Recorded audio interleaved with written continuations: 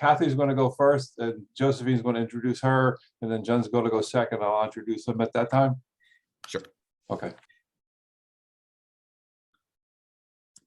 So, okay, I guess I get to do the introductions, right?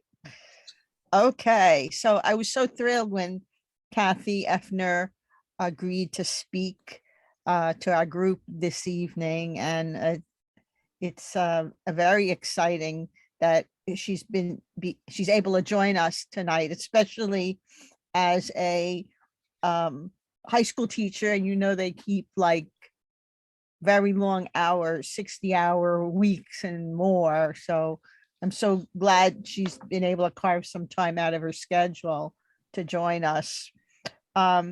So Kathy is going to talk about her experiences with building a computer science curriculum in high school. She's advising 2 robotics teams that have been running at her school for 6 years. Her school is running 7 AP CSA classes, 2 AP classes, and several of the courses that are needed for Cisco Certified Network Administration. So she's carrying a heavy workload there. And in terms of her academic background, she teaches math and computer science at Parsippany High School. So that's up north in our state. She holds a Bachelor of Science degree in computer science from Montclair State University, one of my alma maters, and an MBA in management from Fairleigh Dickinson. She has her teaching certification out of Ramapo College. And before spending the past 17 years as a high school teacher, she had a career in industry where she worked for AT&T, like several of us, HP, Consilium, and NCR. And when she worked in NCR, she worked in technical support, technical sales, and project management. So as far as I'm concerned, she represents the perfect balance between in having an industrial career and also having very strong educational background. And I'm so thrilled that she's able to join us this evening. So Kathy, you're up next. I'll give control of the meeting to you, and we need to get your slides set up for you. Are you going to set that up, Josephine? Yeah. Okay, great. Give it a whirl. Okay. We have backup plan if that doesn't work. Oh, you want me to do it? Did you want to do it? I'm sorry. You want me to do it? Yeah. Okay. All right. I'm gonna try. I don't do Zoom. We do Google Meet. Do I do the application or the screen? You know, anybody? Yeah. Do the application. The application. Okay, thank you.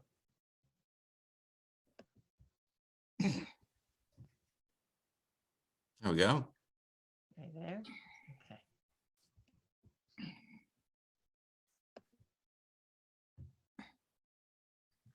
Well, thank you very much for having me at your meeting.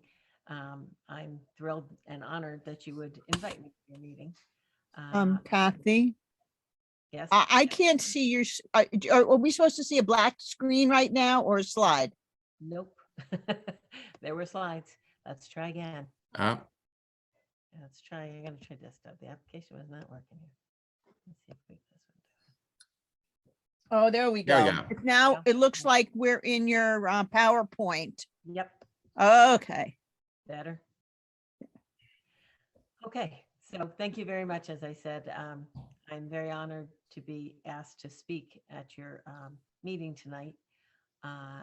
I have been at Parsippany High School, as Josephine mentioned. I'll tell you a little bit about me, a lot of the stuff you have mentioned.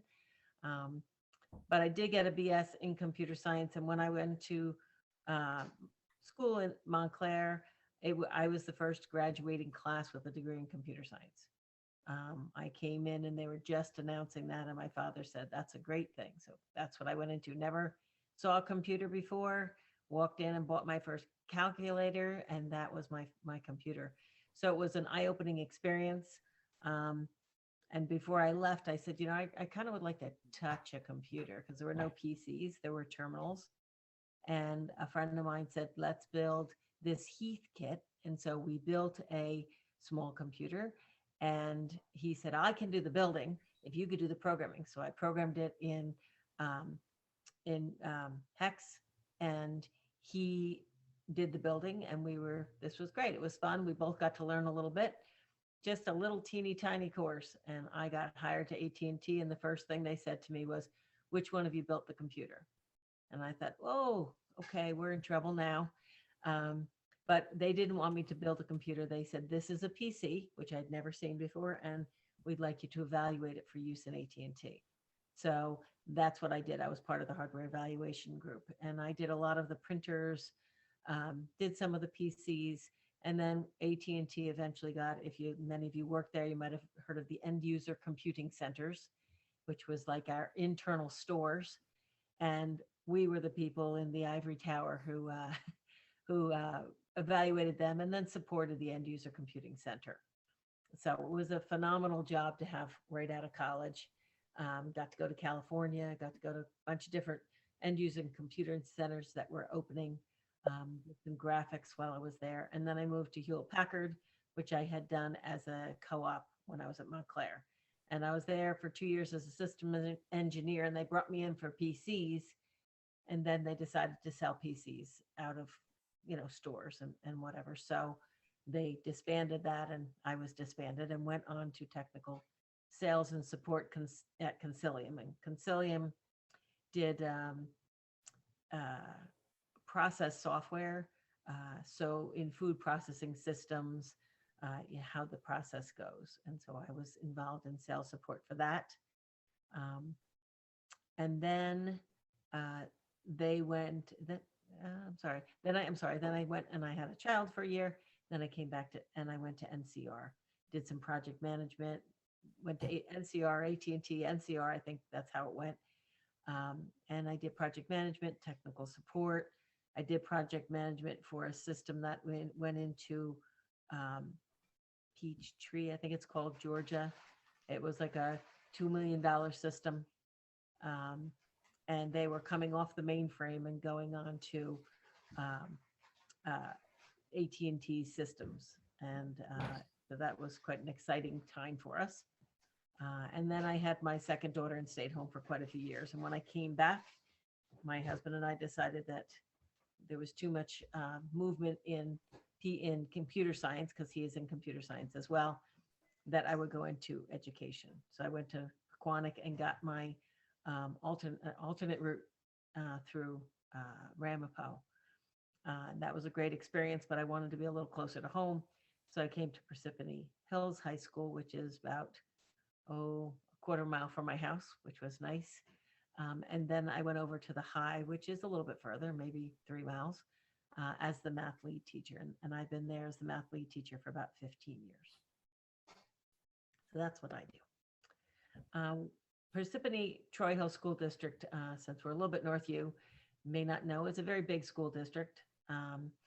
It's got 10 elementary schools, 2 middle schools, 2 high schools, about 7,290 students is what I looked up.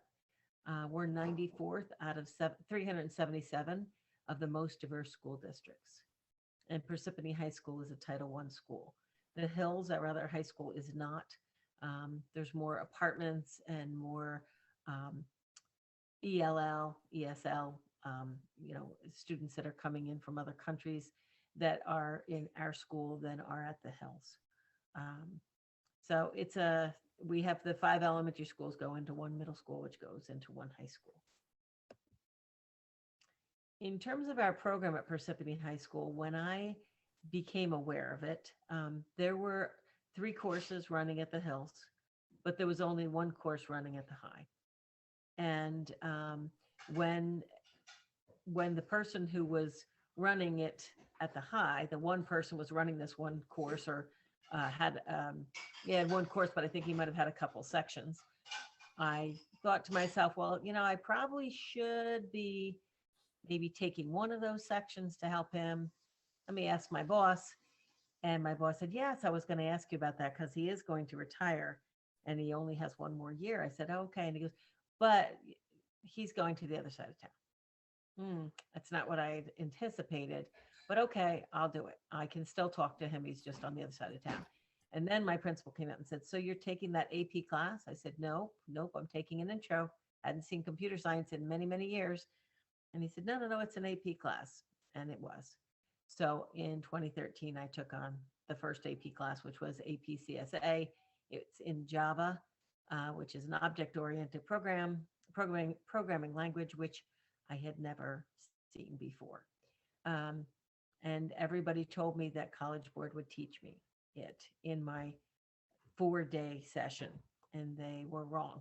And I didn't find out until August. So interesting year, learned a lot, learned quickly.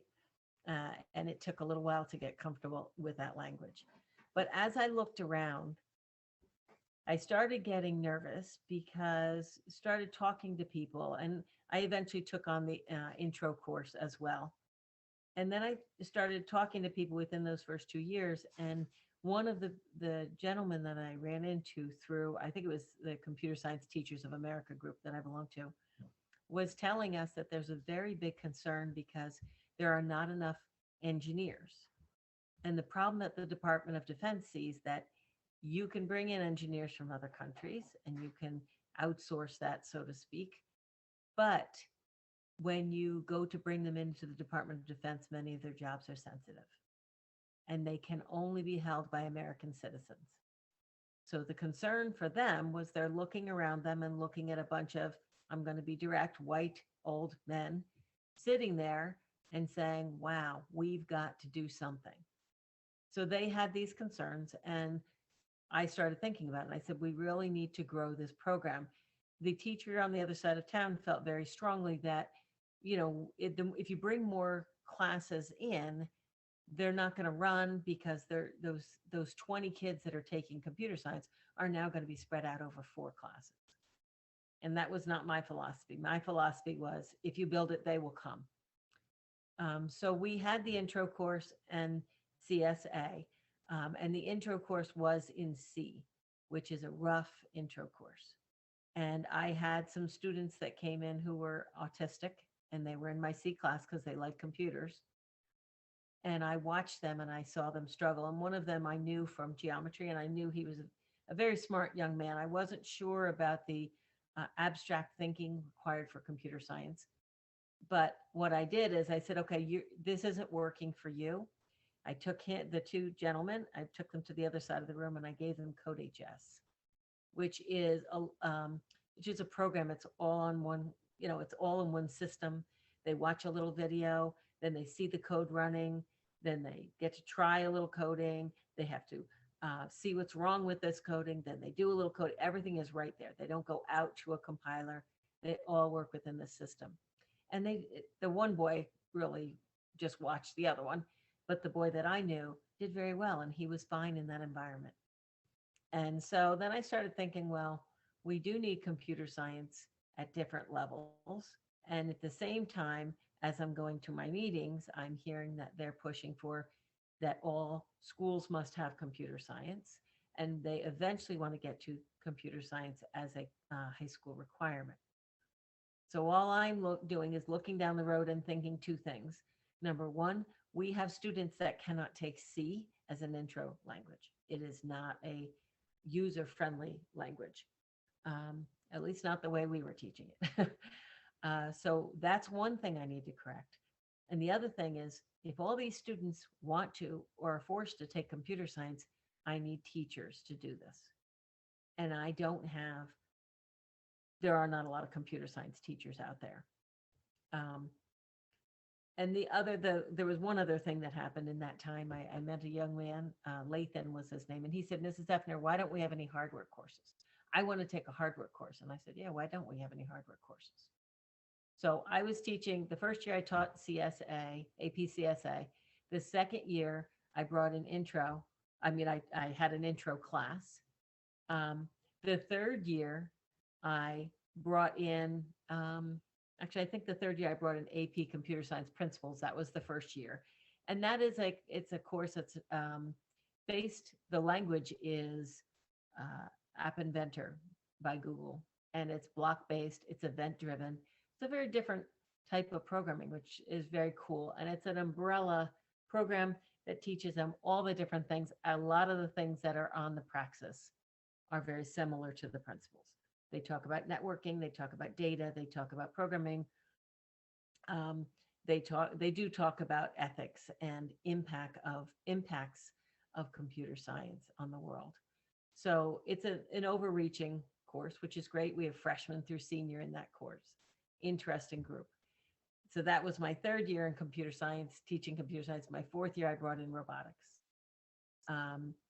And our robotics worked that the first year I brought it in, we didn't have robots until February.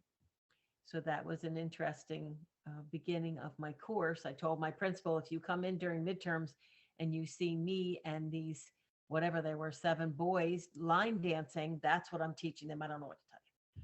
No, we came up with different curriculum and different projects and ideas as best we could until we got the robots.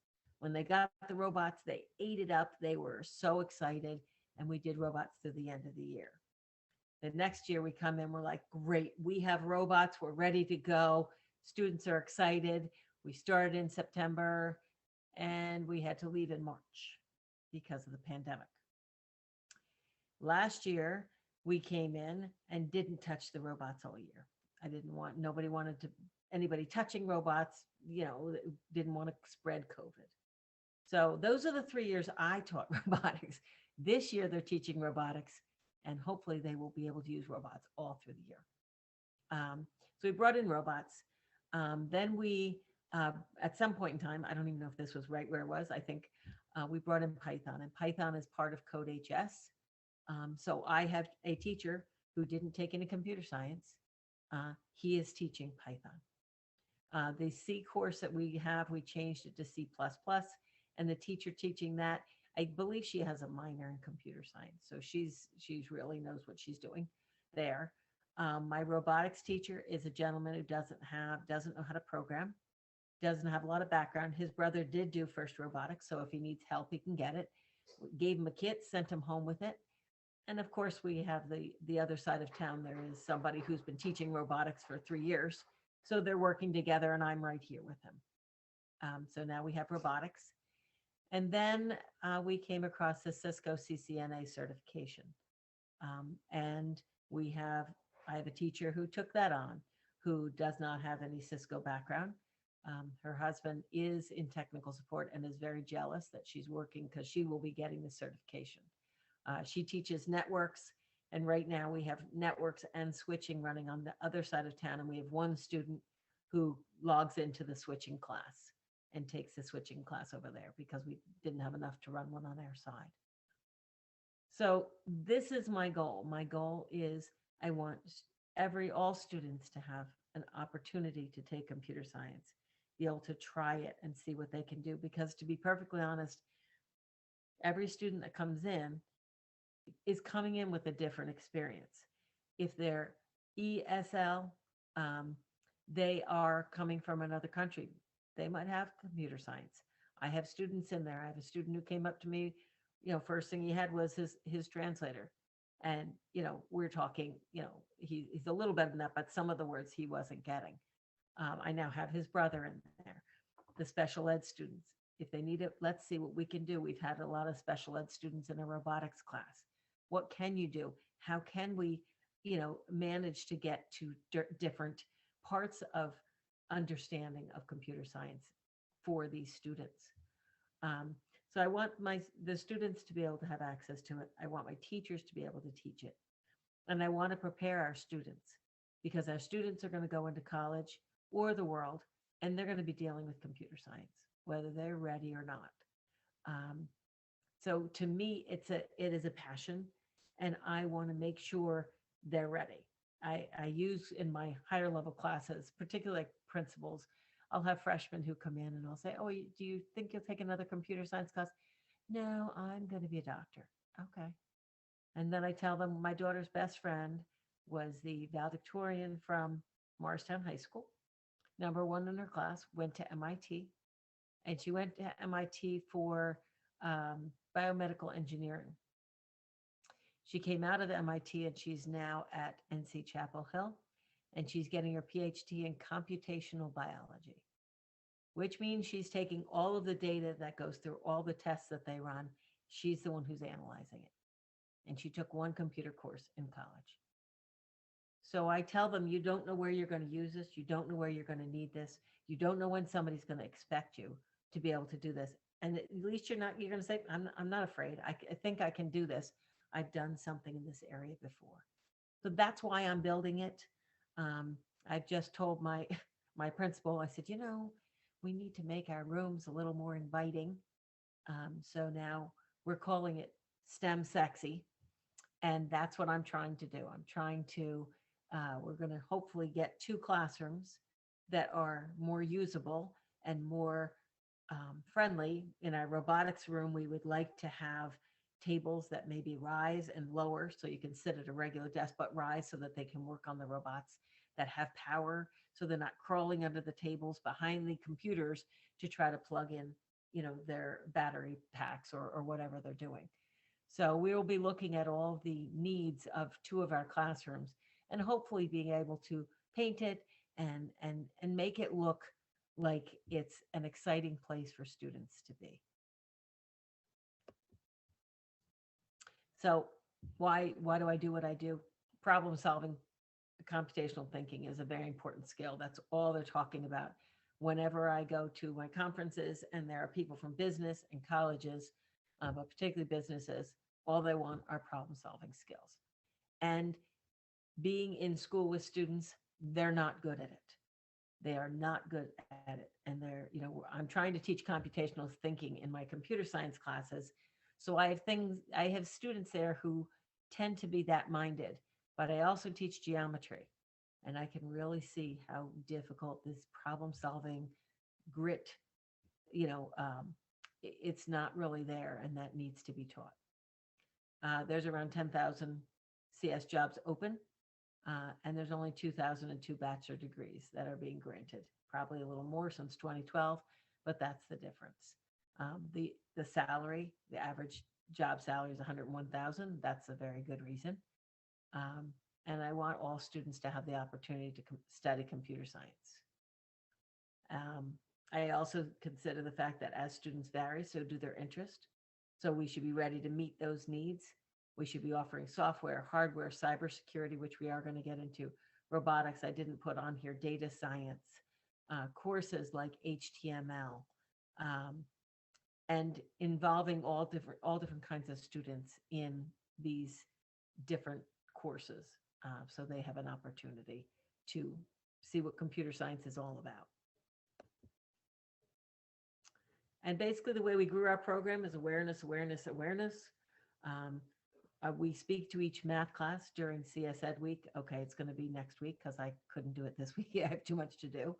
I presented at a faculty meeting and told them how we need engineers so that people in the history and the English department understand why I'm pushing so hard for our kids to take electives in computer science.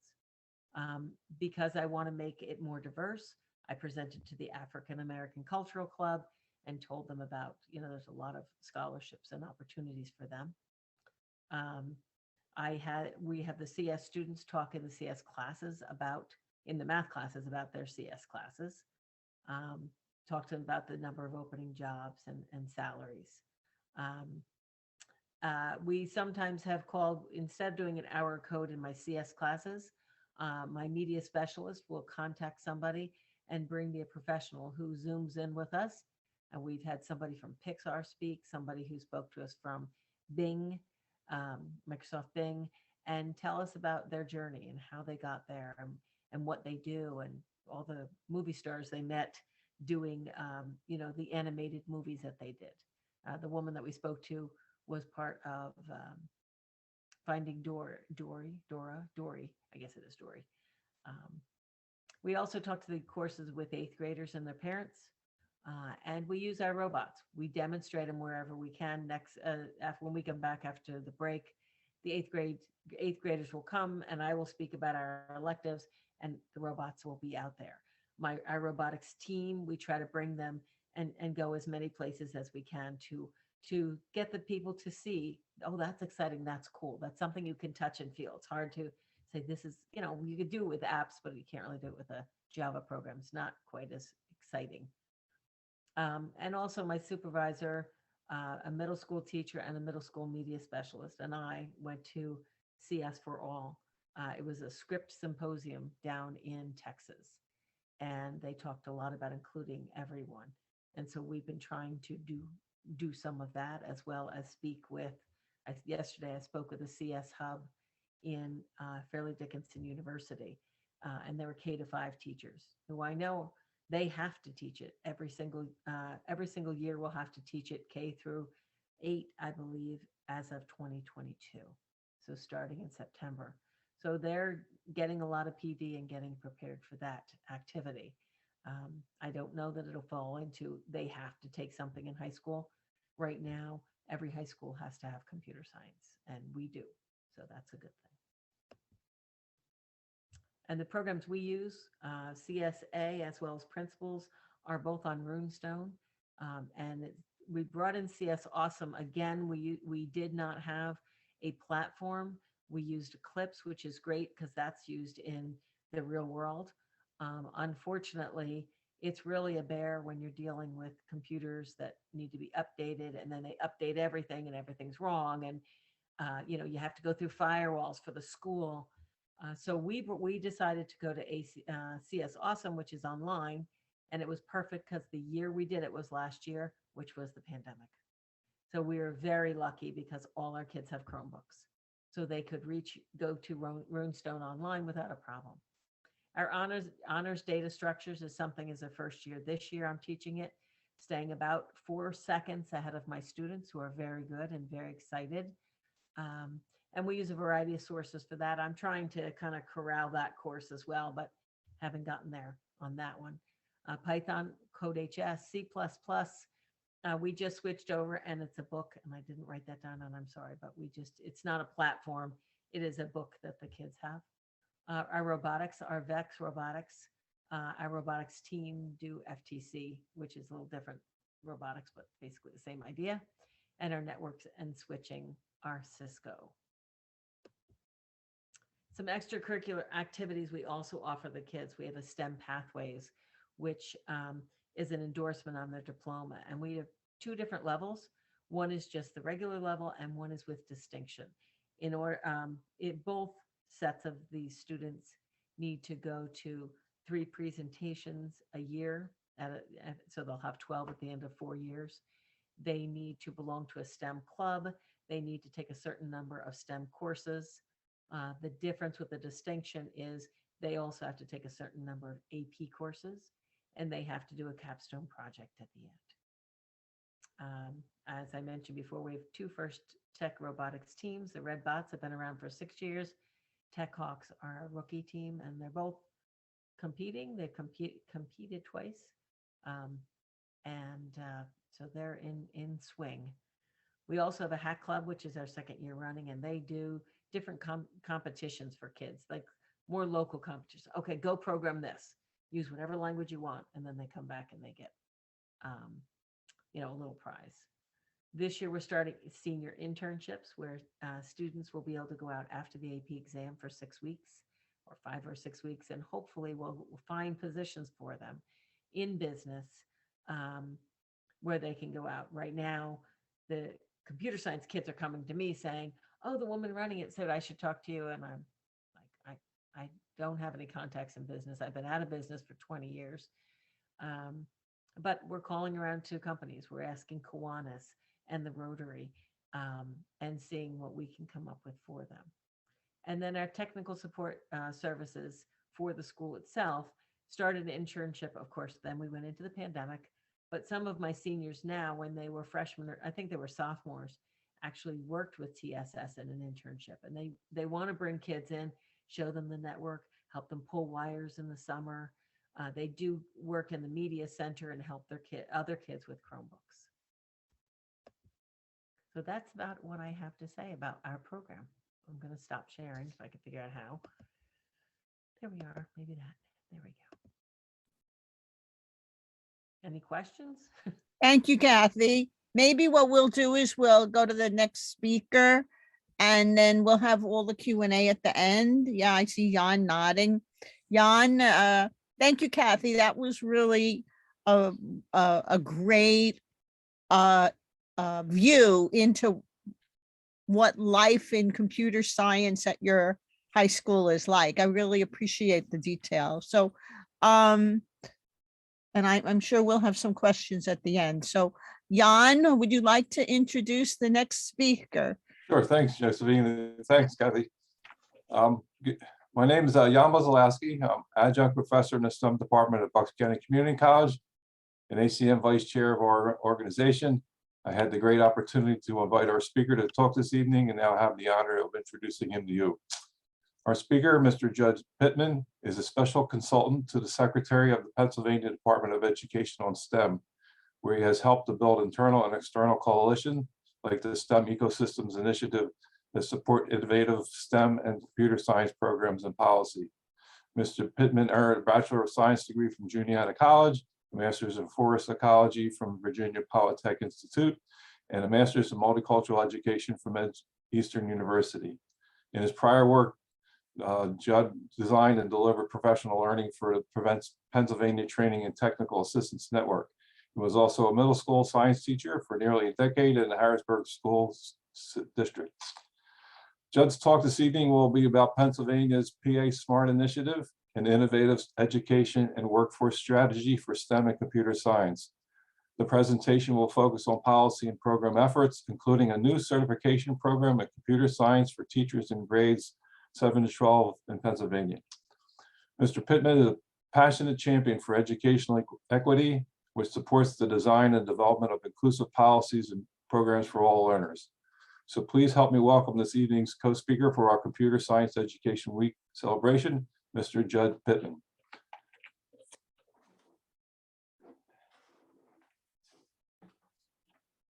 Judd? Thank you. Really greatly appreciate it. I just want to make sure that you can see my slides. Let me do a quick. Are they moving for you all? Awesome. It really is an honor to be here today. And I was just out in Bucks County yesterday at the Bucks IU celebrating the opening of a new innovative fab lab out there that was part of one of our PAsmart funds. So it's great to know that your roots are in Pennsylvania. So really excited to talk with you all today about the work that we're doing here in Pennsylvania around computer science and STEM.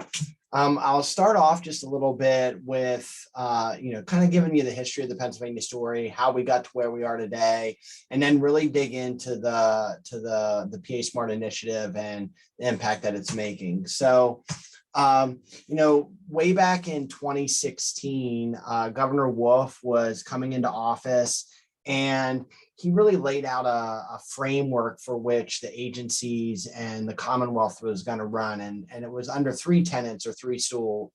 And that was schools that teach, government that works, and jobs that pay. And when the Department of Education thought about operationalizing that framework and what that means for Pennsylvania, one of the common threads that we saw was that STEM and computer science crossed those three pillars. So when we looked at schools that were doing innovative instructional practices or just really doing great work for kids, they often had really robust and aggressive STEM and computer science programs. Or when we thought about, the jobs that pay in the Commonwealth and what was really giving Pennsylvania the economic vitality that we were hoping for or really striving for, it was those STEM and computer science careers. Whether we look at 2016 or 2021, almost 2022, STEM has been driving our economy. Right now, we have about 590,000 new and replacement jobs in STEM and computer science, with certain occupations within the computer science workspace, growing as fast as 26 to 35% annually. And much like Kathy had shared about just that family sustaining wage, a STEM job in Pennsylvania on average, an average salary starting is about $65,000.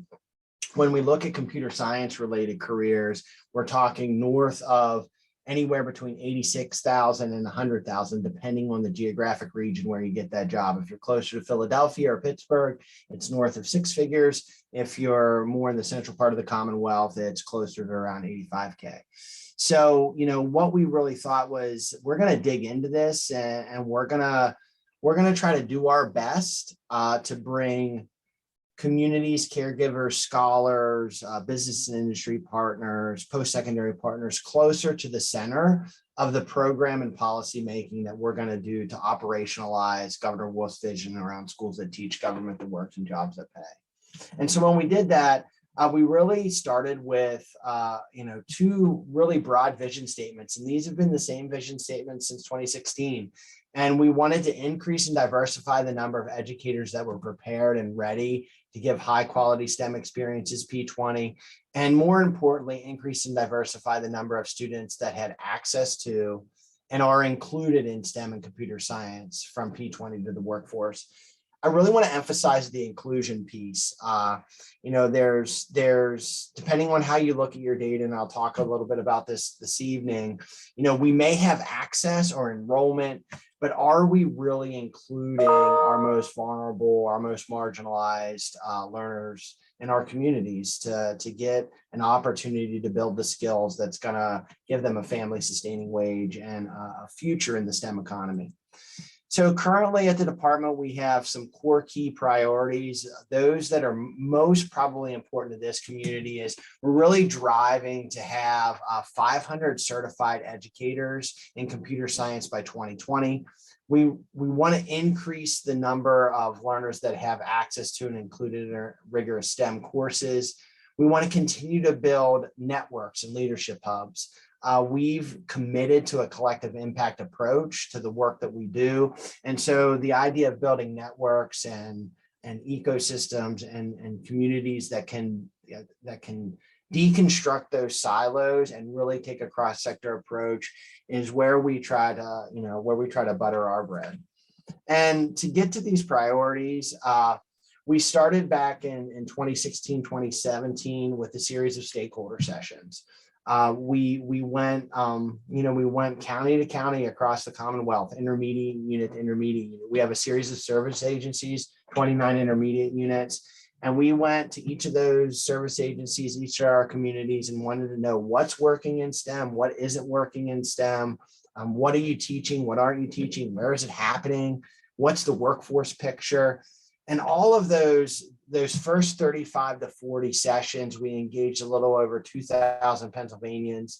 And I'll be honest with you, we learned a heck of a lot. And what came out of that, probably the most signature initiative that came out of those particular early conversations were 2 things. One was we were able to discern who were the champions at that point in the Commonwealth and get those folks together for a series of sessions that allowed us to build a common language. We felt like a common language was critical to moving the needle on STEM and computer science. So we wanted to have a shared vision, a shared set of design principles, a shared mission that regardless if you're a rural educator, a rural community, a suburban educator, urban educator, you were a business and industry partner, you could find a hook into our common language and want to be part of that journey. The second most critical piece that came out of that was the formation of the governor's middle class task force. And then those 2 things, the 35 stakeholder sessions and the middle class task force, led to a recommendation that the governor put forth for what is called PAsmart. And the PAsmart initiative has been the governor's signature workforce development and educational initiative. It was the first time in 35 years that our state legislature increased educational funding. And they did so to the tune of $20 million annually. And the entire initiative is roughly about $30 million annually, with $10 million sitting in our sister agencies at the Department of Community and Economic Development, and the Department of Labor and Industry. And PAsmart is based on the core principles that you see on the slide. We were focused on building, 21st century skills. We wanted to continue to engage communities and continue to bring business and industry partners to the conversation. We wanted to focus on building career pathways in our communities. This needed to be performance driven and evidence-based, and it really needed to be a program that served our citizens. So it needed to be customer friendly and really prove that government can do good work for the citizens of the Commonwealth. And some of those early signals, once we got the PAsmart initiative up and running, that we started to look at, we wanted to look at the data elements that were within our sphere of control. So there's things that the department, that all departments of education collect, and we decided to look at things like course taking patterns, teacher certification patterns, and more importantly, we wanted to take that data. We wanted to disaggregate that data by race, ethnicity, socioeconomic status, gender, and we wanted to put that data in the forefront of our conversations. And we took that for computer science, and that was the first bucket of courses that we decided to look at in the 712 space. And what we found was that there was no way that we were going to meet the economic demand and the workforce demand for computer science workers that have computer science skills if we didn't really put the pressure and put the opportunities on in our communities to grow the space. So back in 2014, 15, we had roughly about 15,000 learners across the Commonwealth engaging, enrolled in a 7th through 12th computer science course. And I want you to keep that number in the back of your mind, because we've come a long way since 2014, 2015. One thing that we did, though, we did get recognized. We were one of the first states to ever put this kind of information in the public view, disaggregated, and really stand by it, the good, the bad, the ugly. At that point, we had a little under 1% of English language learners engaging in a computer science course, less than 5% of Black and Latinx learners. And so we knew we had a lot of work to do. But it was because of that data and putting that in the forefront, it really spurred us to move forward. We also learned from our communities that equity mattered, that humanizing the learning experience for all learners mattered, and that folks wanted to better understand how they could prepare their learners with the skills, the knowledge to be successful in the workforce. In those early sessions, we had cross-sector partners at the table. And when we surveyed our superintendents, 98% of our superintendents said that they thought that they were preparing their scholars for easy entry into the workforce with the skills, with the resources. And when we surveyed our business and industry partners and asked them the same question, 25% of our business and industry partners said that our scholars were coming into the workforce ready. And so there was that discontinuity that we had to address and really rectify as we thought about program and policy making.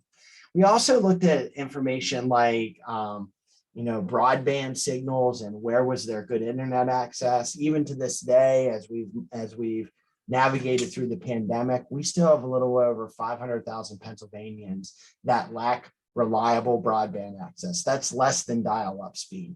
And if we're talking about engaging learners in courses and experiences that require the internet, that require high-speed connectivity, we're already putting some learners on the back burner.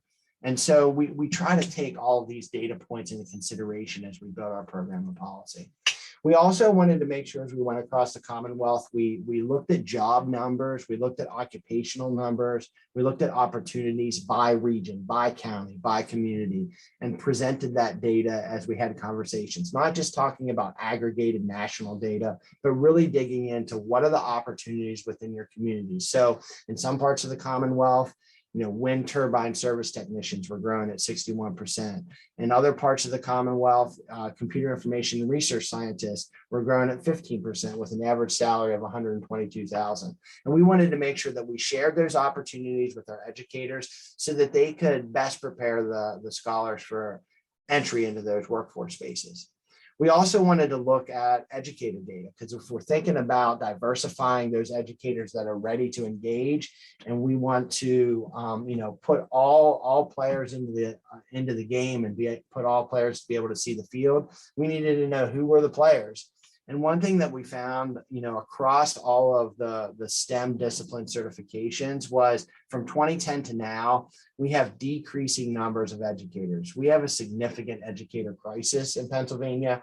And one of the things that we did early on with computer science was that we said, computer science could count as a graduation credit for a math or science credit. And in doing so, you could use a math and or a science teacher to teach that computer science course. So we wanted to better understand what kind of strain that was putting on our system. Who was that pushing out at the school level for not having a computer science teacher?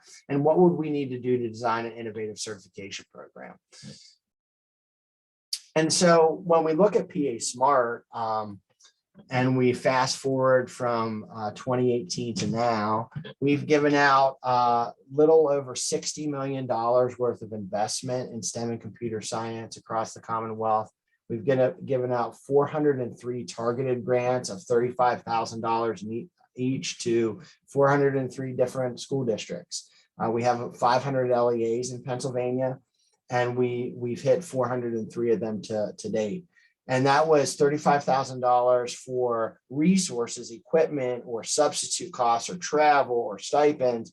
And then we layered in 8 days of professional learning that was designed by our CS and PA team. 8 days at the K-8 level, 8 days at the 7-12 level, and you could select your cohort of educators that were part of that journey with you. We also layered into that script. We have 47 script facilitators across the Commonwealth, 167 LEAs with the script plan, and all 403 targeted grant partners have went through the script training. Now, the remaining balance of 167 from 403, they're working towards formalizing that final plan. We've given out 50 advancing grants through the PAsmart initiative at each advancing grant is at $500,000, up to $500,000. We've given 50 of those grants across the Commonwealth focused on STEM and computer science. Each of those grants had to take a collective impact approach. You needed to get your workforce investment board to sign and support your grant. You needed to have cross-sector partners, and you needed to have the support of your school boards and your superintendents to engage in the professional learning. We thought it was critical to have administrative buy-in, and we brought administrators along for the ride. In 2020, during the pandemic, we launched a second round of targeted grants that we called Build, Fly, Code. And that was taking the learning from that first round of grantees, using that network and offering them up a class pack of drones, and then operationalizing what they've learned through that drone technology. We first launched that with 20 students experiencing autism at the National Autism Conference this last summer, and we did it all virtually. We followed that with 13 ambassadors at the school level, and we did that all virtually. We were really able to pivot our professional learning to meet the needs of our locals. We've also given out 19 tactics grants. They're focused specifically on English language learners, blind and visually impaired learners, and learners experiencing hearing impairment, and their opportunities to engage in computer science learning. Our teacher certification program is a partnership with We Teach CS, with the Carnegie Mellon CMU Academy, and our intermediate units. The teacher certification program, we have 500 free We Teach seats and 250 free CMU CS Academy seats for educators to engage in. We pair that with our post-secondary partners giving free tutoring. And then we also provide a Schoology course and an opportunity for folks to engage in a network. There's about 5 days of professional learning in that Schoology course. all building the educator up to be able to take the praxis. We provide praxis relief as part of that certification program. And then we also provide licensing fee relief. So when you file your license certification with the department, we'll pay for that. And we're pushing for 500 certified educators by 2023. We currently have 41 certified. We started the program a little over 10 months ago. We have 41 certified educators. We have 19 that have passed the praxis that are applying for their license. And then we have another 100 educators that are scheduled to take the praxis. We currently have those 500 seats available through WeTeach. We have roughly about 100 seats left, and that we're pushing to get into the hands of educators. Our intermediate units, those 29 service agencies, we've built their capacity, and all 29 of our intermediate units have a STEM POC that has taken the WeTeach course as a learner, that has taken the CMU CS Academy course as a learner, and has went through all of our professional development as learners, and then can in turn turn that around for free to their locals. We've also pushed out over 100 apprenticeship grants that are focused on STEM and computer science, 50 next generation sector partnership grants, which is a model that brings business and industry partners together in an industry cluster and has them build goals and priorities that then education pumps into to support that workforce development.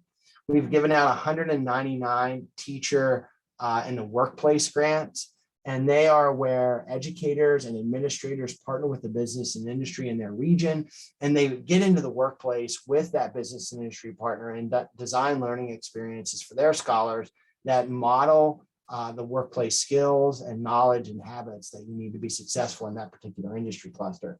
And then we have an asynchronous professional learning pathway that we call the 712 certification pathway that is just a series of 8 days of professional learning. We feel as though that's a good entry level experience, and then we push folks to get into that WeTeach or CMU Academy course. This is a map of just where all of our grantees have been over the cycle of PAsmart. We've trained a little over 6,000 educators in computer science to date, and we currently have 1,300 educators active in our CS for All community. We're getting ready this summer to launch our 5th annual free 3-day CS for All Summit that's open to any educator in Pennsylvania, and that's in collaboration with our PA counselors for computing and NC WIT.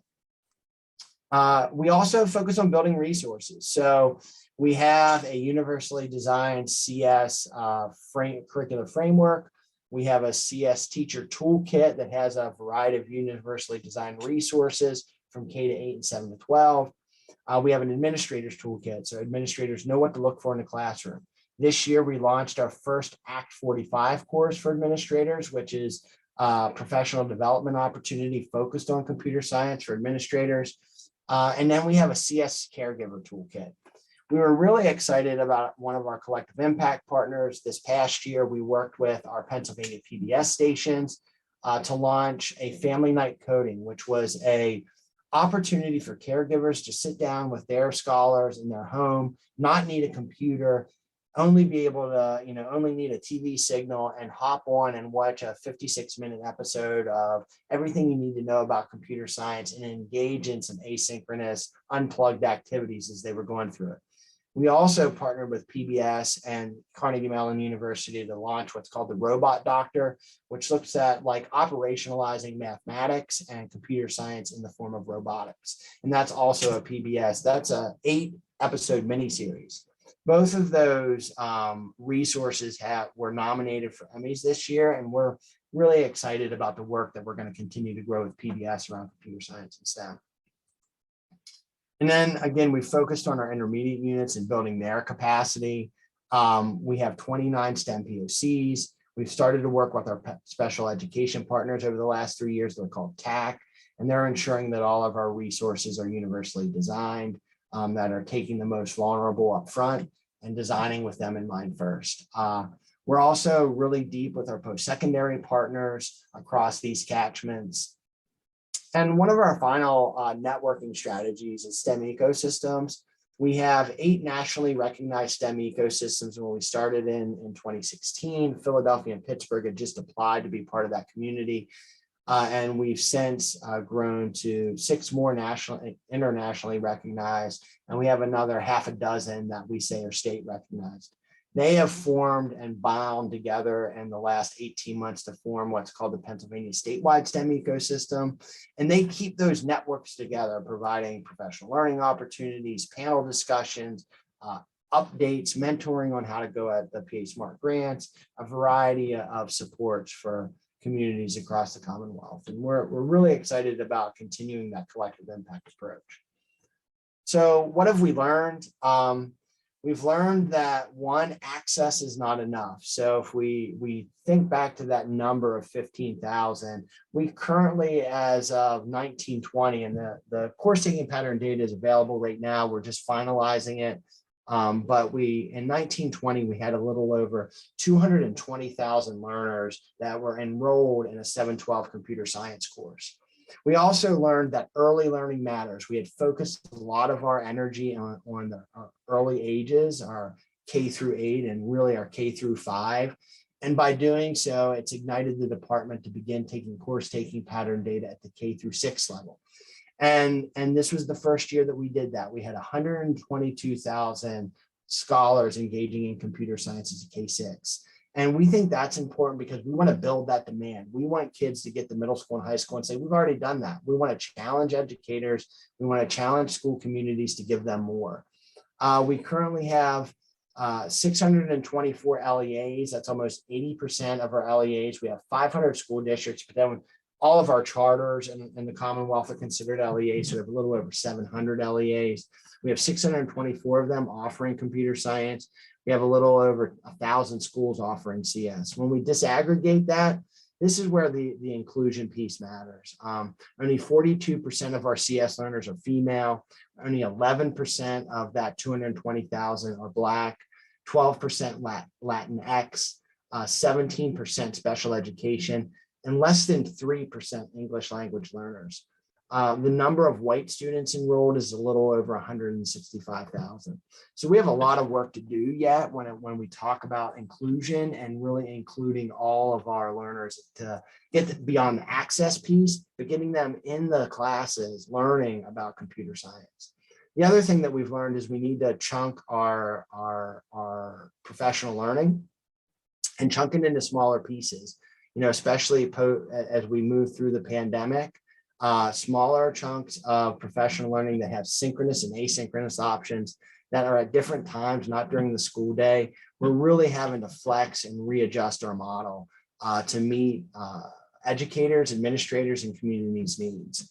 We've also really learned that any teacher can become a CS certified educator. We have art teachers, we have language arts teachers, science, mathematics, tech ed, business and industry teachers that are all getting certified. And we need to keep that mindset of keeping the tent wide open for folks to engage.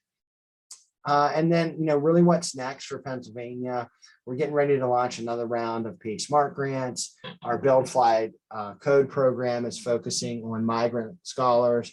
We're engaging all of our migrant education partners to really drive opportunities for them during the summertime and after school spaces. We're focusing on our junior ROTC programs. The Department of Defense has made it very clear that STEM and computer science is a priority, and we want our junior ROTC scholars to be able to have the skills to, meet the challenges that are in front of us across the country and across the world. And we want to continue to expand our tactics program to better support social, emotional, and behavioral need learners, justice-involved youth learners, blind and visually impaired and hearing impaired scholars. And then, if you want to learn a little bit about our sort of vision for STEM, snap the QR code. We have a cute little video that we put together that talks a little bit about our vision. And then if you have any additional questions or thoughts, please don't hesitate to reach out to me. You can hit me up on my cell phone, reach me at my email. You can find me on Twitter at @QuirkusPrinus. And if you want to grab any of the resources that I shared, please don't hesitate to email cs4all@patent.net. We can, one of the things that we believe in here in the Commonwealth is to democratize our intellectual capital, make sure that we share the lessons learned so that other states and other communities can platform off what we've done. So I really hope that this was helpful and can give you all some perspective on what's going on in Pennsylvania. And please know that it was an honor and a privilege to be able to speak with you this evening. And I want to thank everyone for inviting Pennsylvania out to tell the story. Thank you so much. It was a wonderful talk. Thanks. Do we want to open this up for questions now?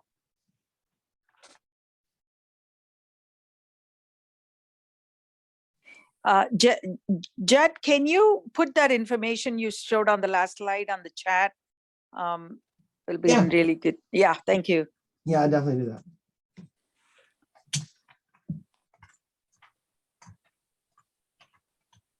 And John, would you be able to send me the slides and we can put it up on our website?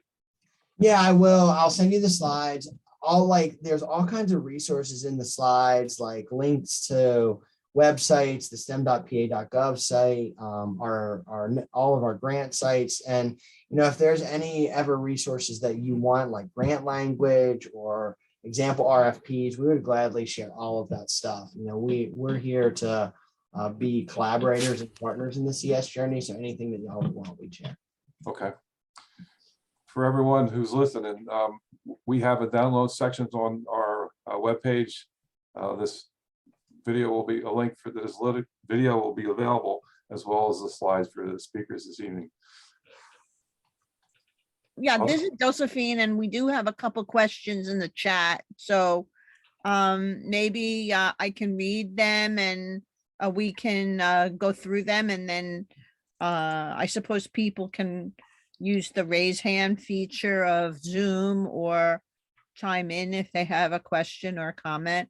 One of the questions put into the chat was for Kathy Effner.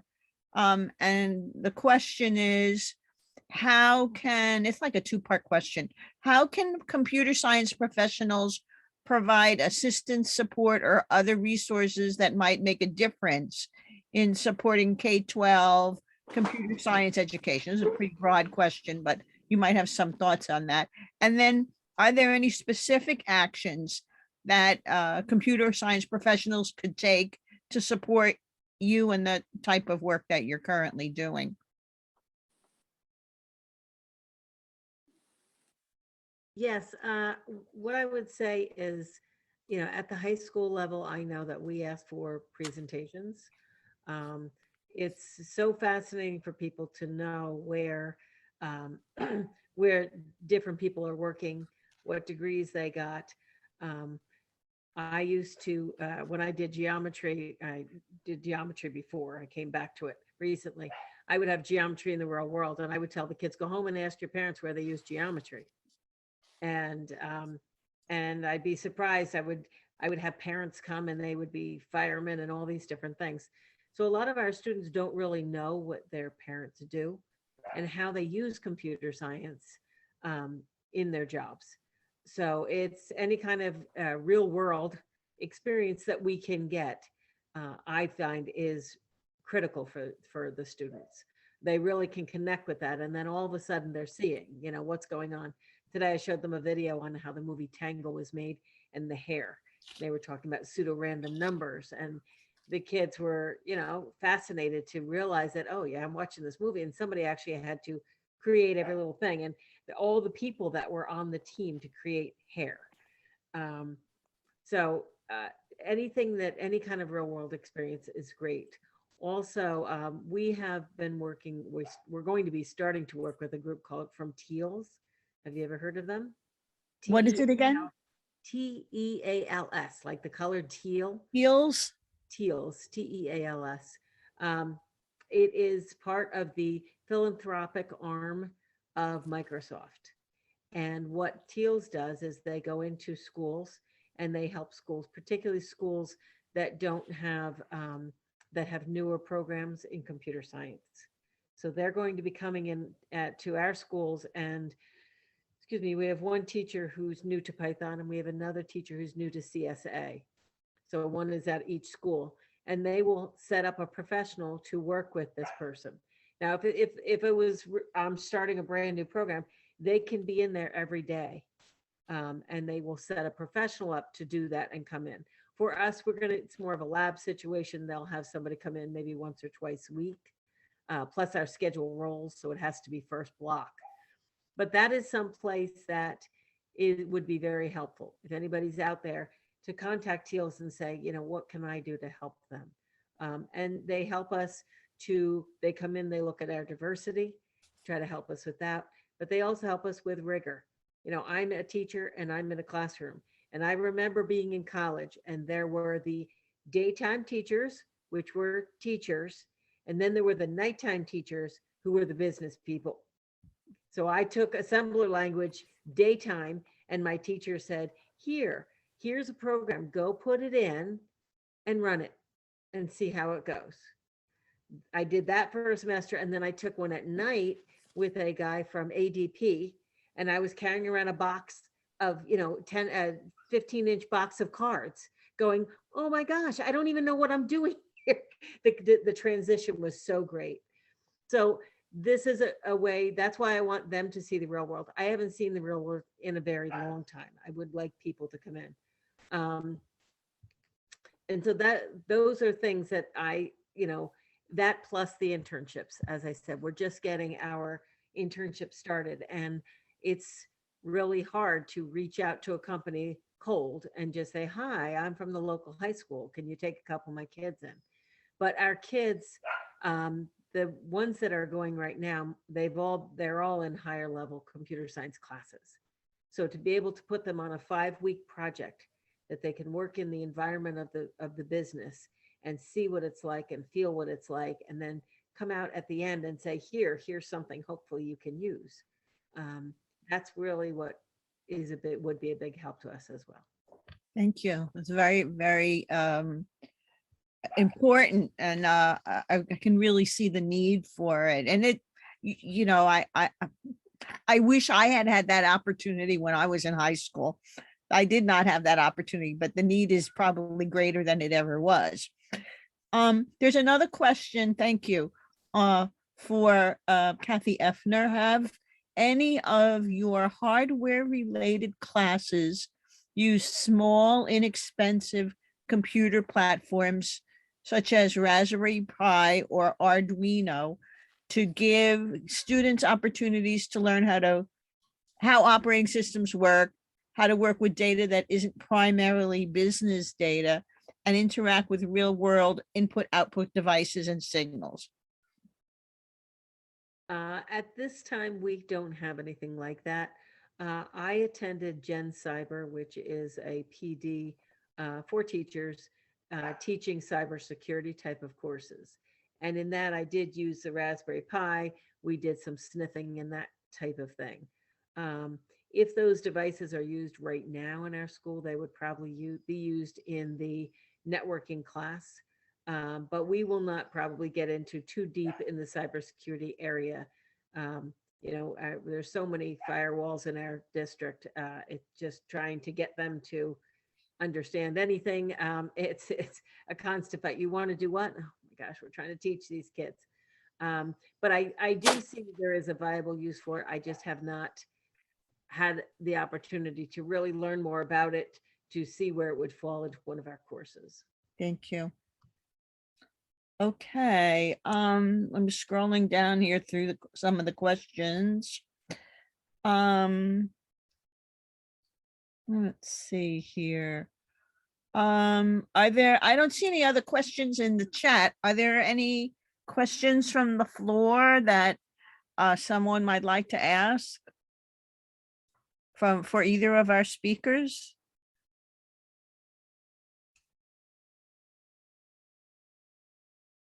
Hi, this is Howard Ettinger. Can you hear me? Yes. Okay, I just unmuted. I was just curious about what applications are typically on the students' Chromebooks and how many of them can be used for computer science education like Excel, things like that. Yeah, we don't have very much on our Chromebooks at all. My constant statement is, if there's something wrong, the answer is it's the Chromebook. And it's always the answer to that question. It's never the answer to the question of what is the solution here, is never the Chromebook. I'm not a big fan of them. In our school, we had Macs. And the kids had Chromebooks, and now they're taking away our Macs and giving us Chromebooks as teachers. And in my math office, we have no internet, only for Chromebooks. And it's very frustrating, very aggravating. Things like we do, the programs that we run are all in the cloud. For programming, we do Replit. And in Replit on a Chromebook, it's a very fun thing that you'll be typing, and then all of a sudden your cursor is 2 spaces to the left of where you actually are. And when you're writing a really big program and your cursor is 2 spaces of where you are, it's insane. And I thought it was just me. I thought I was losing my mind. I sent something to them and they're like, yeah, it's a Chromebook. And then my students started noticing it too. So we're lucky that in my classroom, there are iMacs. And so a lot of the kids will come in, and at least when they come in, they can program on the iMac and they don't have to worry about that annoying thing. But the data structures classes use Replit with Java. The CSA uses Replit for Java. CSP, they use App Inventor, so they don't do that. Their C class also uses Replit, so that's what they're programming in most of the time. Great. Yeah, gotta love those Chromebooks. Been there. Right. Any other questions for our speakers? I have one. Yes, Rebecca. So I was wondering, as far as ACM and IEEE Computer Society are concerned, is there anything that those groups, I mean, even the parent organizations or the local chapters, is there anything that we could be doing to help you in the classrooms, or, you know, what would you like to see in terms of support from our organizations? And I say this because you know, we've been dwindling. It's, you know, IEEE is much larger, but ACM, you know, the model of this older style of organization, it's sort of aging out. And even in our meetings, we don't see very much in the way of youth. So is there something, I think it's sort of a symbiotic thing. If there's things we could do for you that, you know, would also put the names of these groups in front of the students, it would probably also help the organization. So that's the framework of my question. I think that some of the courses, like the IEEE, I was going to say, that's you guys, the robotics classes, we don't have the level of knowledge. I'm going to be perfectly honest. I don't have it. I said for many, many years, you know what we need? We need a robotics class. And they said, great, are you going to teach it? I said, I don't know robotics. Okay. So then the next year, hey, you know, we need a hardware course like robotics. You can teach it? Nope, I don't know robotics. And nobody around me knew it. And then we had a man come to our school, and he had a son, and he said, we want to have a robotics team. Okay. And so they called me down. Kathy's been saying robotics. Kathy knows nothing about robotics. And, but this man did. He had an older son who was an FTC, and he was my co-coach. They built everything at his house. They didn't even build in my house, in my school. And he got us through, but unfortunately we let that boy graduate. I don't know why. I had to let him go. But that man is a lovely man, and he still helps me out quite a bit. He actually refs at FTC. You know, I don't have time to do that. Then I was teaching the robotics class, and guess what? I don't know anything about robotics. So we went through and we learned as we went along. say in no way, shape or form am I an expert in robotics. And to have that kind of knowledge come in, because I don't have engineers working with me. I don't. And so that is definitely a place where we could use experience. And actually the first time I ever met somebody from Teals, I said to the man, "Oh, do you do robotics?" And he said, "No, we don't do robotics." I was like, okay. And my kids are funny because they will come up to me, my students, especially in the newer group. They're like, Miss Effner, you know, I want this to do this. And I look at them and I say, I do snacks and hats. That's what I do. I do snacks and hats. I don't even help them with the programming. It's in Java. I could, but I don't. They will learn it. They teach each other. There are videos on it.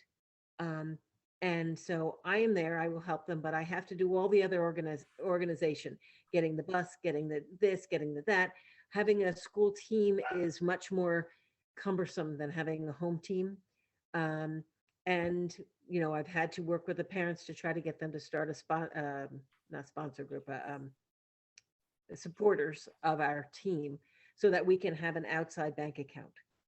Because the first couple of years we had the school bank, the bank account in the school, and the kids would want something, I would put in the order, and you know, a month and a half later, it will have made it through all the different layers in my school, and then they order it, and then it arrives 6 weeks later. It's now February. Thanks. What was this for? Whereas now with a bank account in a not-for-profit sponsor group, we say we need this. Oh, and by the way, you need to rush it because I need it for tomorrow because our meet is on Saturday. We get it. So that has helped us a lot. But any kind of, that's one of the things is any kind of engineering help. And any other kind of, you know, obviously, as I said, the internship. And anyway, if anybody wants to come in and talk to our students or meet with us and say, how can we help and come into your classroom? I know you guys are not in our area, but I know one of you is in Morristown. We were just talking offline, but to be able to come in and help and say, here's an idea for a program. Why don't you do this? That's great. I hadn't thought about that. Raise the rigor, give me a different program so they're not doing the same program that their brother did 3 years ago. That is really quick for them to do because they just make a copy and hand it to me. Things like that. Give me ideas for projects. Let me come in and see if you're doing something interesting in your company. I'll bring my kids there. You know, we do pair with the Department of Defense they are our, one of our sponsors for our robotics teams. And the man brought us a Minesweeper and showed us a Minesweeper robot working, and the kids actually drove it a little bit.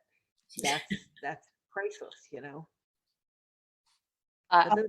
This is Chitra. Kathy and I have been chatting offline here. I actually should feel not too proud that Kathy's school district is having problem because I'm from the North Jersey section of IEEE, and we own Kathy's school, helping Kathy. Not you guys in Princeton, right? So I did talk to Kathy, and I would love to. I'm in Morristown practically. I mean, Parsippany is my backyard, and half the things I do in Morristown, the other half the things I do in Parsippany. And it's a fantastic school district, and I know tons of kids who graduated from there among my friends and families. So one of the things is that's my pet peeve in IEEE is that in general, I'm from the Bell system, by the way. I don't know if I'm recognizing some familiar faces here. I was right, Dennis. That's it. I saw him and I said, I know this guy from the hallways. So I grew up in Whippany and Murray Hill. Now, when I first joined, the place would be flooded with high school students, right? At some time of the year, you can walk 10 yards without bumping into those kids. And we'll all be doing projects with them. And to hear Kathy struggling to find them internship after they go through all these classes, it's absolutely mind-boggling. And New Jersey should be very ashamed because we have so many corporations up and down the state, all the way from the top to bottom. and they really should participate. I'm sure some of them do, Verizon and stuff. I think we really, IEEE and the corporations need to plug in. And I kind of, I don't know what I'm taking into, but I couldn't bear Kathy saying she needs help. And I told her I'm going to stop by her robotics class. And I certainly, I'm only 20 minutes from their district. By the way, when I retired 2 years ago, I started a Google group of all the people coming out of the Bell Labs, Lucent, Alcatel network of companies. All of them laid off people. We are over 500 in my Google group, and it's full of engineers who have come out of work. Many of them gotten jobs, and many of them are retired. And I'm going to appeal to that kind of group and say, some of us engineers, we owe it to our state to go out and work with these kids with the robotics and stuff. I don't know how successful I'm going to be, but I'm certainly going to try to pitch. I think there is a lot of responsibility for those of us who are retired, having been engineers for 30, 40 years. We got to go do something for our children. I'm going to get in touch with Kathy and show up at Parsippany High School. Okay, this is being recorded, right? Yeah. Just check. We got her. And by the way, I we know. should remind you that IEEE, the international headquarters, is in North Jersey. So, and so a lot of times when there would be like a robotics fair or something like that, we'd send one of our IEEE section representatives up there. We let them know in advance, but they have all sorts of swag, like pens and T-shirts and stuff like that. There's also an IEEE day. I forget when it is, but those are the types of things that, IEEE could provide. Yeah, it's great. It gets our names in front of your people, but also the student memberships are extraordinarily inexpensive. I know you can get it in college. They might even have it now lower. Where No, it's not high school yet. Okay. So no, it's only not for college. high school. Nope. It's only college, but but yeah, all of these things are good. Your response, Kathy, was reminding me that it's got to be almost 15 years ago, or maybe even more now, that we were doing a 3D printing project. That was really when 3D printers, having them, as a small thing that you could put in a classroom, that was really pretty new. And we would not only bring the ones that we had gotten around to give demos, but we also provided money to some schools to have 3D printers. Now, you can find them, at the Staples or, other places. But back in that day, it wasn't that easy to access them. Kids were really totally fascinated by it. And, we even had some teams at the colleges who did their senior projects on it. So yeah, that's the type of thing. But yeah, I think, reach out, for sure to our groups, because there are people who, I think would be happy to help, even if they can only help remotely or, but be able to provide some resources. I think we would really love to help, help more. That'd be great. There is a woman in my district. Her name is Judy Carente. Do you know her, Chitra? Okay. I don't know exactly what her position is. She's not in TSS. She's almost like technical support for very high level administration, like the superintendent. But I don't know, she must do something else. But I do know that she belongs to IEEE, and she sends me things when she goes to the conferences. And Good. That's good. That's good. But we're always looking for sponsors for our robotics team. So yes, and our section has sponsored robotics teams and things like that too. So yeah, don't be afraid to ask. I mean, one of the I guess the benefits of COVID is that a lot of our organizations that have regular funding, from the parent organizations, there was nothing to spend it on in the last 2 years. So we have the funding, it's sitting there. So, don't give that secret away, but it's, in particular. Did you hear that? And it is on record. So right, it is on record. Yeah, exactly. But that's, that's the One type more of thing thing. to And ask, we used to have a regular program where schools could apply for it, but now it's more ad hoc. So don't be afraid to ask around to the different IEEE sections. The section is really, where the parent organization and the chapters like our ACM, those are underneath it, but you could ask the parent chapter because that's where they have the section, because that's where they have the funding. But we can always put you in touch with them, and I think they're very happy to help. They really, really are. Rebecca, I think Joe Levy had a question. Well, I just wanted to chime in and say that IEEE and ACM can certainly reach out to the next generation of engineers and computer scientists through the robotics competitions. Even, it can be as much or as little time as you're willing to invest, a couple of hour visit or a 1 hour thing. I'll take a moment to acknowledge that Rebecca spent a little time with the New Jersey STEM girls, which is closely tied to the First Tech Challenge organization, and I'll thank her for that. But this is really the way for the professional societies to reach a very closely targeted population of future engineers. You don't have to do it as many hours a week as I do. Kathy, in terms of a structure, because we're all thinking here about like what might be possible.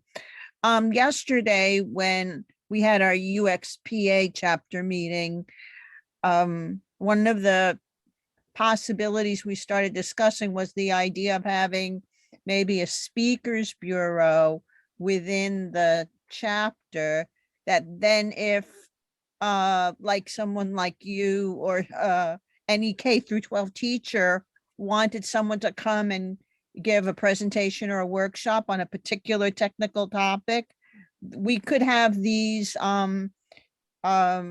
these speakers already like vetted and categorized by topic, so to speak, so that if you needed someone to speak on a particular technical topic, there would be a list that you could just pick the name off the list.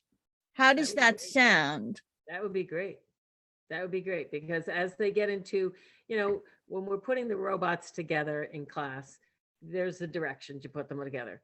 But then we're talking about torque, and we're talking about, and that's getting into stuff like, we're not that sure of it. I don't know how to maybe present it to the kids as well as it should be presented. So yes, definitely that would be a great thing to say, hey, we know we're coming up with this. We're not going to do it hopefully like I do, like I'm going to teach it tomorrow. But if we know in advance, we're looking at our schedule and we're saying, hey, in 3 weeks or something, we're going to be looking at this topic. Maybe we can have someone come in and introduce us to that and talk a little bit about that. That'd be fantastic. Okay, so something maybe you and I can follow up on. And Dennis is raising his hand here. Dennis? I have a question for Judd. Yes. I want to hear, because we're talking about things like computer programming, and we're talking about network management. But the folks that I talk to in the computer science field who are working on stuff in industry are very excited about fields like data science, user interface and user experience, and also artificial intelligence, machine learning. Are those areas on the radar in the Pennsylvania program? Yeah, we currently have a team that's building out our artificial intelligence chop. So we're working with there's a national group that's working on AI standards and whether or not they're going to have AI practices. We were part of that foundational work group, and we have an internal team that has IU partners and school partners that's building out some resources for us and some professional development resources. We won't necessarily build out curricular assets. And then we are looking at one of the grant initiatives that I had mentioned, the Next Generation Sector Partnership Grant. We're working with labor and industry and our state workforce development board to try to pull together some of those industry partners that are leading in their spaces, like the data sciences spaces, the artificial intelligence space. Our Department of Transportation pulls together some folks that look at self-driving cars and the impact of artificial intelligence and such in the transportation industry, and how we can build scholars to get into that space. And then we do work with CMU around some of the machine learning efforts. So it's something that we're starting to dabble in and really think about. I think one of the questions that we've been trying to float through our mind and better understand, and as we talk to our post-secondary partners and our business leaders, is, you know, what is going to be the benefit of generating another package of standards like that are focused on artificial intelligence, where, you know, a lot of that is embedded in the CSTA standards. Are we creating, you know, more work for educators, and, you know, should it be backed out more into a framework? That's some of the conversations we've been having internally. And I think as we kind of continue to go down that road, we'll have a better sense of whether or not we'd be interested in standards or more integration, and where that lands. Yeah, we had a speaker 2 years ago, and it was David Turetsky from Carnegie Oh yeah, Mellon. we work with David. So I'm sure you do. yeah, he pulled us into all of those sessions over the last like 18 months to 2 years that they've been having. And we got a really strong work group.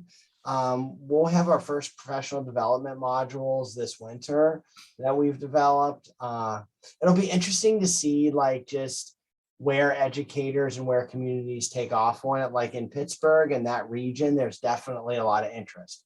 In Philadelphia, there's a lot of interest in, you know, the impact in the sort of the life science space that computer science has and STEM has, and that really innovative biomanufacturing and that kind of thing. Like we've done some pretty cool work with University City Science Center and some of the startups that they have there, getting kids to see what's happening in those spaces. And, you know, there is just, I think Kathy said it best, you never know what field you'll be in that you will apply those skills. You know, as in the intro, I was a forest ecologist, and I was doing climate science research in the Northern Boreal Forest, and we were generating computational models. And when I was at Virginia Tech, I was studying dead trees, but we were generating computational models to understand carbon sequestration and how fast does a tree decompose, all of those things. So like, it really is integrated across so many things, and it's a skill set that if we want to have the creators in America, we want to have the innovators, we need to make sure that each and every one of our kids has experiences in computer science. Good. It looked like Nancy had a question. Yeah. Well, I was thinking you might ask students to make presentations, or I wonder whether you'll be impressed with what they put together, or that isn't a good idea. But I know that when I was in high school, if somebody had asked me to present something, I would have done the research. I mean, maybe I wouldn't have given a good presentation, but teaching, you learn far more than when you pick up something from others. So why not give students, ask them what they're interested in, and then say, okay, why don't you make groups and make a presentation on this? And maybe they can ask each other questions. And then if nobody knows the answer, say, okay, why don't we have a presentation on this later on? And so they will be teaching themselves. So you don't have to know the subject. You just have to be able to ask them good questions and motivate them to present to each other. You need to be the guide on the side for sure. And I think one of the things that didn't talk about, we have what's called the Governor STEM competition, and we've been running that for 6 years.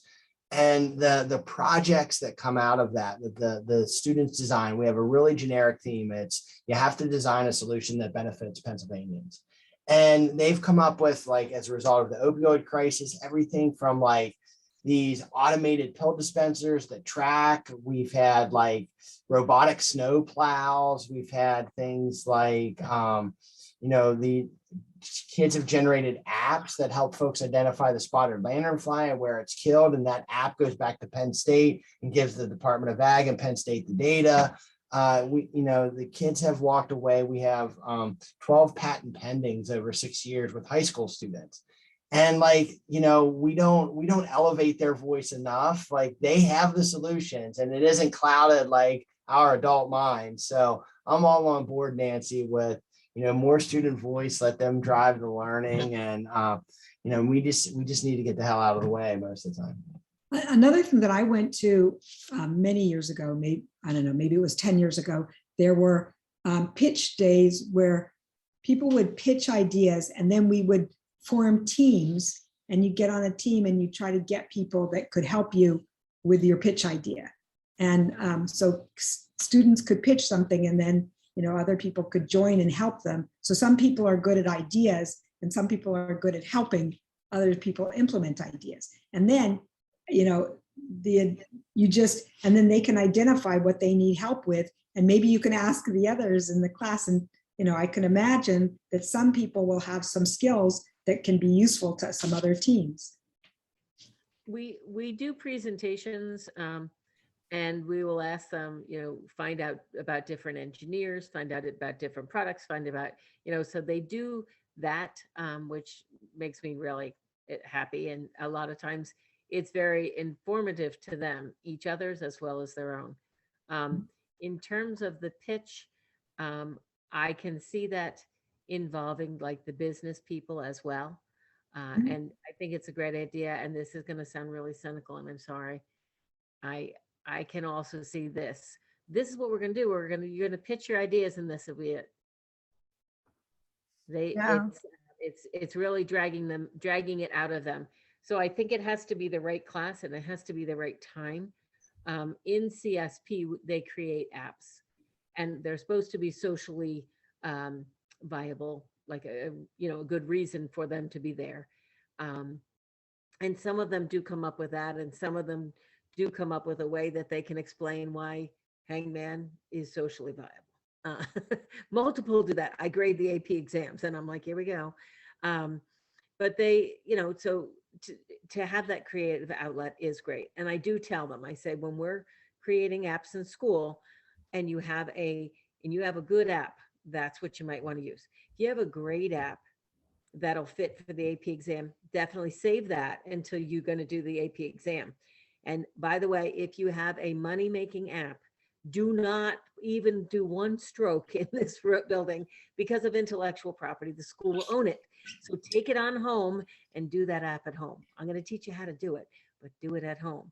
So I don't probably see the money-making apps, but I do know that one of the apps that was built at the Hills was sold.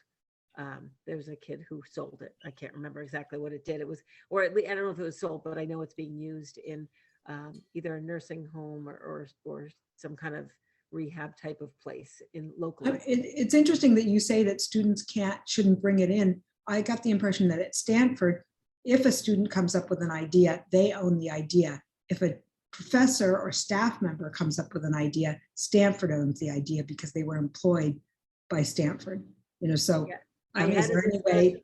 Yeah, I had a discussion with it, and it's not clear enough for me that I would want a kid to get stuck with that to have a. I think it differs by the institution. They each have their own policies. Okay. So I wouldn't want to do that.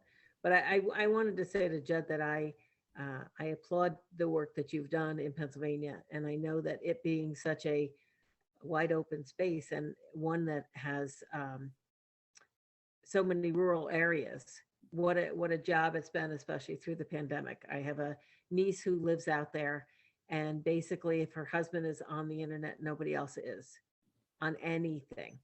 And they can't seem to get internet. And I think about these people, their future, the kids, because their oldest is, I guess he's in kindergarten this year. And he couldn't do anything for nursery school. Because he couldn't be on the internet when his father was all day.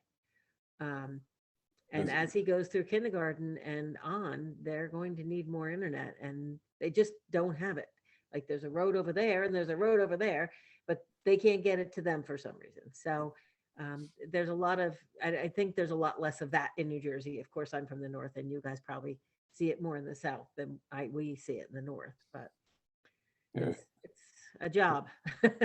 It was getting kind of late, so John had to leave. So I told him I would take any questions and I would forward them to him. Yeah, I was real surprised what's going on in PA. I live here and I had no idea all this was going on. And talking to answer your question, Rebecca, is that, these other IEEE chapters could be doing what we're doing. I mean, to toot our own horn is that we're making this available to the public. And, we had a tradition of computer science education, and especially during this week, and, it's working out kind of nice. Right, we've done this I every appreciate being here. year, yeah. Yes. One thing that you all reminded me of in this recent exchange was when we talked yesterday at the UXPA meeting. We talked about the fact that when user experience professionals do research, we use the scientific method, and many times we use qualitative methods as well as quantitative methods, which could be of interest to students who maybe are not so interested in quantitative aspects, but maybe more interested in ethnographic research or doing interviews or learning how to write a good survey. And we've been thinking that one way we could perhaps interest K through 12 students in user experience as a profession is by providing maybe in high school opportunities for them to do user experience research as part of designing a piece of software, an app or a website or whatever. And I'm wondering if there might be some possibilities for that. The other thing that came to mind was, and this is something that we're hosting in January, is we have design slams, which allow students and people who maybe are more junior practitioners to participate in a team-based challenge and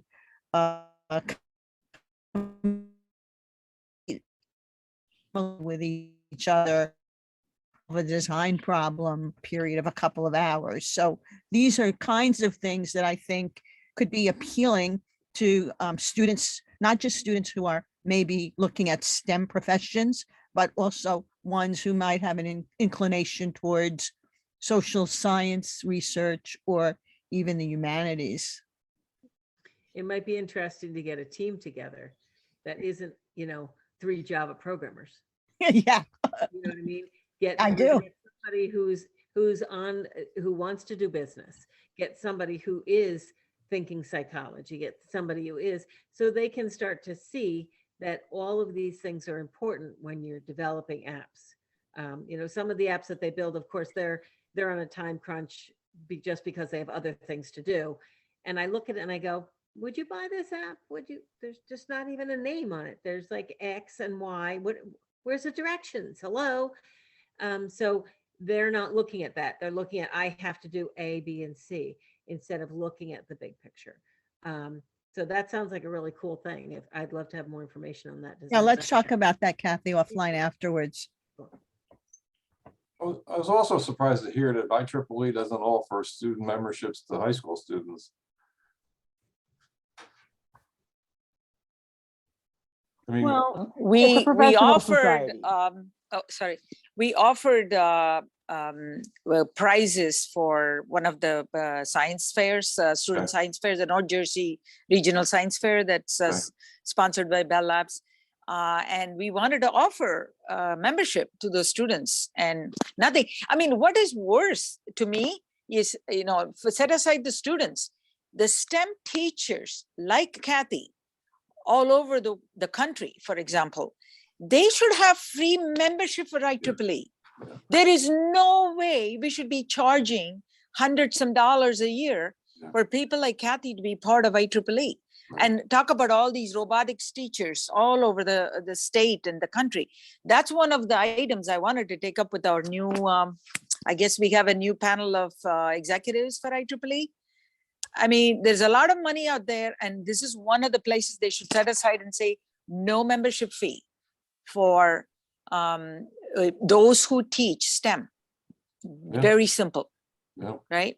Another thing that, and I don't like to ask money and talk money, but I'm going to say it. If there is any money to offer scholarships to local schools, because there are some math scholarships. We have a computer science scholarship is you're the best computer science kid. That's what it is. I don't have any money. And unless I literally want to give them money, it doesn't happen. You know, the robotics team, Joe, I think it was. Yeah, Joe, you understand. Well, you're in a private school. I don't know if it's any different. We compete fundraise. We have to go out and fundraise. We go out and fundraise, but we compete against very, very, very wealthy schools up here, Chatham and you know, and Ridge and these different schools. We don't have that kind of money. My first year, I said, we're going to be the one with the spatula and the fork picking up the stuff. And, you know, things like, because I got this award, I gave my team $500. Our fundraiser this year has been masks. We make beautiful masks. I don't have one here, but my sister makes these masks. I buy the fabric, she makes them. We're selling them $5 a piece.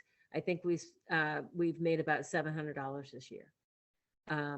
So, you know, that's something that we see, and I'm not asking you to, but a sponsorship of a team, yes, that's a great thing. But also if anybody could give a scholarship towards a student in high schools that are going into robotics or going into engineering. We don't Team have sponsorships. I think IEEE, in my experience, they've been favorable to that. What our section has also tended to do is for particular projects like senior projects or things like that, that if a person has a budget and they need an Arduino and, you know, they can list it out on a sheet of paper and, you know, or just email it or whatever.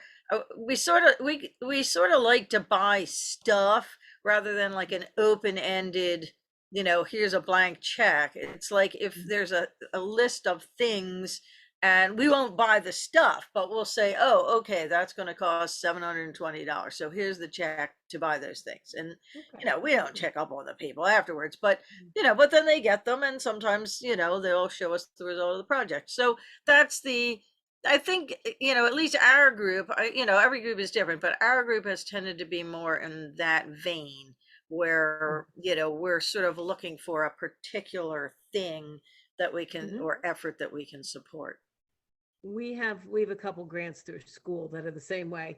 Tell us what you need. The problem is when you go to do that, we get quotes, and Joe will know this. You go to get a quote and the parts you want are on back order. So you Right. can't Well, even- that's everybody's problem nowadays. I mean, even and those. then again, going through the school, so Right. it takes them to decide, and then they order the parts, and so I always say, you want to go for this grant, it looks really good when we tell first, but you shouldn't need the parts really. Maybe next year we'll need. Right. Even those SDR, you know, software defined radio things, you know, they're way backed up. So when we see that they're available, the specific ones we want, which are very popular, we just grab them, you know, like we'll just order a bunch of them ahead of time, but not everybody can do that. In our particular project, we do have the funding to be able to do that, but not everybody is capable of doing that. So yeah, it's a problem. Yeah, it's worse now than even in the past. I empathize. We appreciate any support you can give us in any way, shape, or form. Cool.